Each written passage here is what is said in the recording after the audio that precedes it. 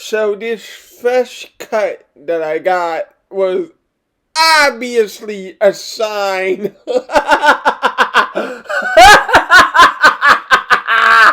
Little evil emperor lap for you guys.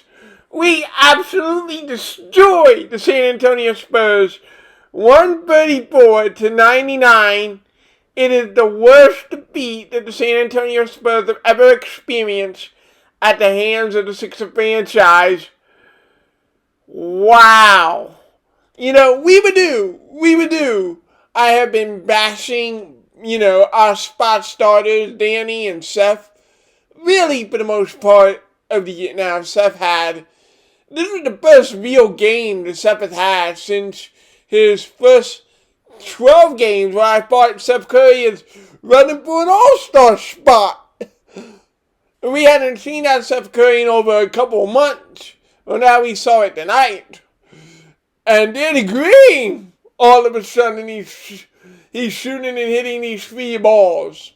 When you hit them, okay, shoot them. But we never had that before where both of them, actually hit the shots in the same game. Felt like everyone was hitting shots. In fact, they were. Dwight Howard was running the floor. Ben Simmons, got a little bit of rust. But then, superstars I heard from. And even though the stat line isn't sexy, I want to say to the Wizards announcer, we beat the Spurs by 35. Our overrated players are part of the best team in the Eastern Conference. You can stay down there below the standings. Ben played a solid game, especially once he got that dunk, once he got that momentum. You just saw that he was ready to rip out the hearts of the Spurs, and he did that. So obviously, something of the story of the game and what's going to be the story of the next few weeks is the center position and my newfound love interest in Tony Bradley. This kid is really, really good. This kid is a really good defensive player. 8 rebounds in 20 minutes. And you saw that he really has learned from the Rudy Gobert in terms of screen assists with the dribble handoff. You really saw like a young Rudy Gobert out there on the defensive end of the floor. Of his 3 fouls, one of them was an awful call. Bradley was totally vertical, arms up and everything, and they still made the call. You'll never know about these refs sometimes. Like Alice said, sometimes they get it right, sometimes they get it wrong. And when they get it wrong, it's just annoying. But I thought that Tony Bradley played an outstanding defensive game. It kind of irked me early on in that, and maybe this was the game plan as we saw through the third quarter, but it really annoyed me that obviously with Ben, we're kind of pushing the tempo, but it felt like we excluded the post almost exclusively. Where we're like, nah, we're not going to throw it into the post. We're going to try and skip past the shooters. And hey, it worked. But when shots aren't falling, I hope we get back to the two-man game. That was a freestyle game. And hey, I'm here for it. If you're going to freestyle a team and beat them by 35, I am absolutely here for it. Matisse Bible. Now, I've been making the argument. Another argument I've been making. Start Matisse Bible. Oh, sorry. This is such a stupid. It's a stupid lamp. Why do you shut off? Like, why? Why? That doesn't make any sense. Anyway, I've been making the argument of start Mattise Thybulle. This kid, obviously, with Ben back, he decided to bring him off the bench. But Matisse is like, this ain't going to be no normal bench role. I've evolved from 10 minutes a night. I will actually make my impact immediately, and I will make it on the offensive end. Matisse Bible continue to hit shots from beyond the arc now. And some people noted it, Viago, from the painted lines. If Matisse Bible could get this up to 35%, hey, we're making it rain. So shout out to Mattise Bible. This game got so out of hand that we got to see Tyrese Maxey, we got to see Paul Reed, we got to see Isaiah Joe. You know, it's kind of funny. The post-game live, they were talking about how we were hitting the free balls. Isaiah Joe put possession free ball, swish, and I mean swish.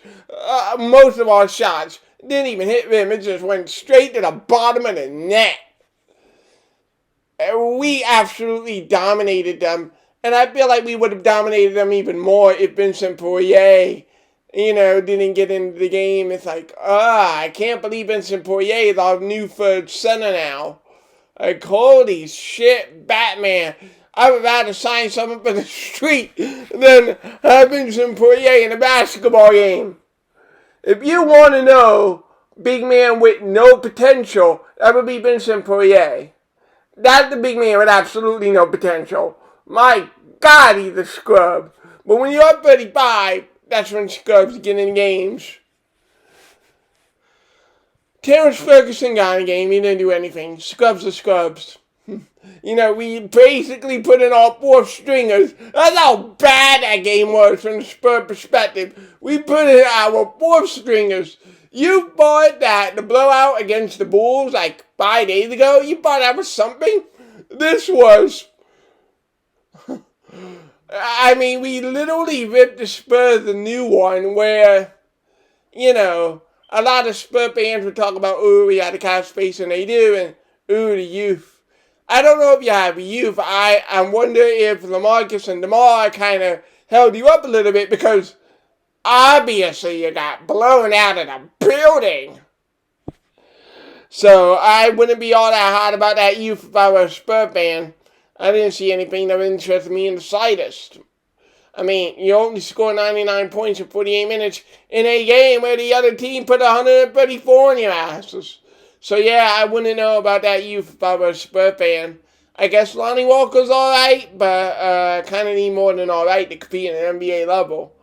Like, if I'm the Spurs, you trade LaMarcus and DeMar immediately so that you can go big tank. It's time, Greg. I know you don't like it, but remember, in 1997, you got Tim Duncan. That's where you need to go right now, because there isn't anything resembling franchise on that San Antonio Spurs team. DeJounte Murray is a solid guard in this league. Again, just like Lonnie Walker. Who cares? You can have as many solid players as you want. Who gives a shit? Literally, who cares? I mean, I'm not a Spurs fan, so it's not my concern.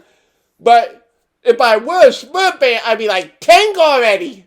Like, decent isn't going to get us back to the finals. Decent can help. It could be part of your rotation, but my God. Just no talent on the San Antonio side. Once we put our athleticism and our size to good use, we were able to blow it out. And again, Tony Bradley, he was the catalyst. Dude with a plus 13 on the night. His stat line is not going to pop out at you. But if you watch how the center position is played, and you see how this kid, even if he doesn't put a body on him, he's so out in front ahead of his man that his man doesn't even bother to fight for position because he knows he's already beat. That's how good of a rebounder Tony Bradley is. Holy shit. Tony Bradley is the new Rudy Gobert. I am convinced. Sign me up for this kid for the next 2 weeks. He will hold the fort while Embiid is out. It's not going to be his scoring, maybe, but his defense. Holy shit. And he's a 30-year player? Yeah, damn boy. We signed this young kid. We got our Embiid insurance. Played a hell of a great game in center defensively. I'm just wondering if we're not able to go breakneck speed, can we beat this young man in the post? Because it's not like his post game is empty. He was 2 for 3. We just didn't get shots. But great game by Bradley. Great game by the whole team. That was amazing. Like, more games like that. You need more games like that for ESPN to be like, wait a minute. Seriously, this is the type of game that will finally get them saying, wait a minute. Wait a minute. We haven't seen the Nets blow anybody out. Literally, they won by 5 against the Pistons. Way to go. You know, they made a comeback against the Celtics. Alright, you know? We're out here blowing the Spurs out by 35. There's going to be a race to the East. There's going to be a dog fight in the East. But we're better than the Nets. We're better than the Nets. No matter how many games and no matter how many victories it takes for the national media crowd to say the Sixers are a better basketball team than the Brooklyn Nets. We're the team that's leading in the standings. We deserve to finally be spoken about like we're the ones leading the standings. We are. Yet if you listen to this media talk, you believe that the Nets are leading the conference by about 8 games or something. Like, my God. It's ridiculous. We are the ones leading the Eastern Conference. This is the best team in the Eastern Conference. From top to damn bottom, and don't you forget it. Ben Simmons and Tobias Harris. Both of those guys are dominant, physical, downhill, they attack.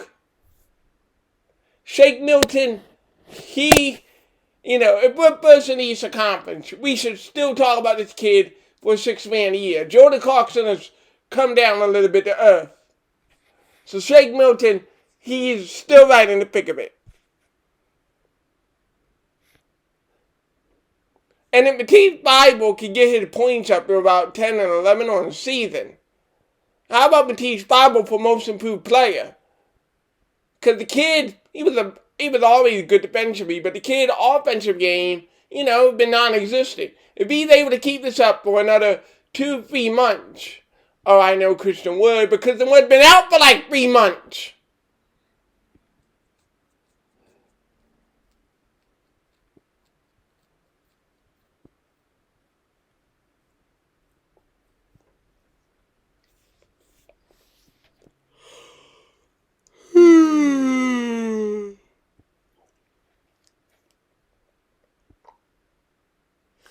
Damn, sorry. It was just, I don't know what to talk about, guys. I really don't know. Like, normally there's the good, there's the bad. But it feels pointless to talk about bad. The only bad thing, quote unquote bad thing, again, I wonder, are we going to play this breakneck speed all the time? Is this our new identity? And if it is, it kind of a little bit disappointing in the sense that I feel like Tony Bradley deserved it. He played awesome. He set screen assists. I felt like that guy was open quite a few times and Ben didn't see him. Maybe that'll come down to practice time and more coordination, but I just wonder if we're going to be able to play the posts. If we're going to be able to play the posts in this post-Embiid era, not even post-Embiid era, more like post-Embiid couple of weeks. And that remains to be seen. But other than that, that's it.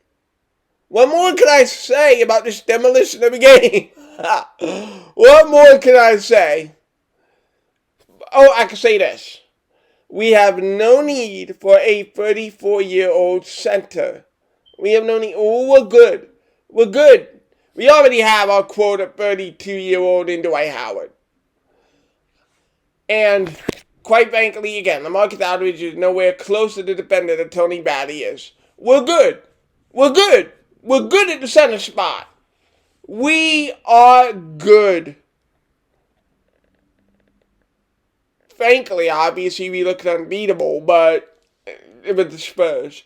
I would still like to see us get another scorer or two off the bench, so that we can do this no matter who we play and win.